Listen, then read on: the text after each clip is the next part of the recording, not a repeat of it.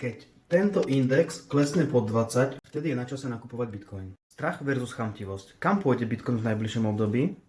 Dnes je hodnota Fear and Greed indexu 64, čo znamená, že trh je v sentimente väčšej chamtivosti. Keď je tento index pod 20, to znamená, že trh je v panike, všetci panicky predávajú a vtedy je čas vstúpiť do trhu.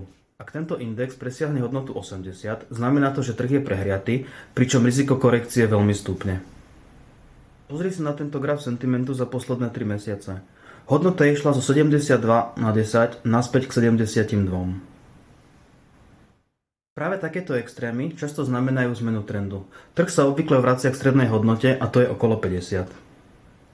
Tých, čo používajú našu hodlbot stratégiu, je takéto obdobie zlatou banou.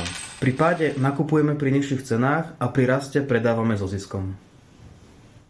A teraz otázka na teba. Budeš nakupovať v období strachu, alebo budeš vykupovať ďalšiu korekciu? Napíš mi dolu do komentárov, čo dnes robíš. Nakupuješ alebo predávaš? A teraz daj srdiečko, ulož si toto video a sleduj náš kanál hodlbot.cz.